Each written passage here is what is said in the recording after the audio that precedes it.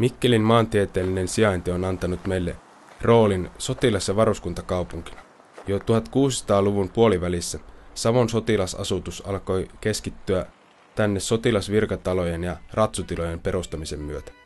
Mikkelin torin paikalla sijainneella harjoituskentällä äkseeräsi ensin ruotujakainen Savon jalkaväkirykmentti, sittemmin vuonna 1778 perustettu Savon prikaati.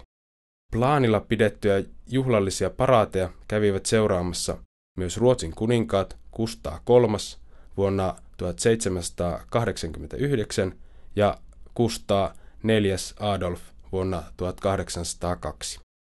Venäjän vallan aikana Mikkelissä oli venäläisiä kasakoita. Vuonna 1878 säädetyn asevelvollisuuslain mukaan maahan perustettiin 8 suomalaista tarkka-ampujapataljoonaa, joista 6 sijoitettiin Mikkeliin. Kaupunki lahjoitti maan tarkka-ampujakasarmeja varten. Puiset rakennukset suunnitteli arkkitehti August Buuman. Ensimmäiset alokkaat, jotka olivat pääsääntöisesti savolaisia, aloittivat palveluksen vuonna 1881. Sortokauden alkaessa Suomen oma sotaväki lakkautettiin ja Mikkelin tarkka-ampujapataljonan tilalle kasarmialueelle tuli venäläinen rykmentti vuonna 1902. Sen aikana alueelle rakennettiin lisää puu- ja tiilirakenteisia kasarmirakennuksia. Linnanmäelle valmistui vuonna 1907 varuskuntaa varten ortodoksinen kirkko. Rykmentti lähti syksyllä 1914 Venäjän länsirintamalle ja se tuhoutui täysin Itä-Preussissa.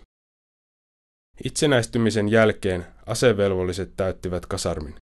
Talvi- ja jatkosodan aikana kasarmilla sijaitsi myös päämajan osastoja. Varuskunnan täydennysrakentaminen jatkui aina 1950-luvulle saakka. Ortodoksikirkko purettiin vuonna 1958. Rakennusten varuskuntakäyttö päättyi 1967, jonka jälkeen aluetta ja rakennuskantaa muutettiin asuin-, virasto- ja koulukäyttöön.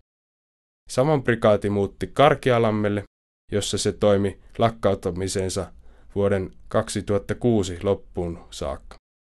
Sotilasperinteitä Mikkelissä jatkaa Maavoimien esikunta. Museovirasto on määritellyt Mikkelin tarkka-ampujakasarmit valtakunnallisesti merkittäväksi rakennetuksi ympäristöksi. Alueella toimii muun muassa jalkaväkimuseo, Mikkelin ammattikorkeakoulu ja päiväkoti.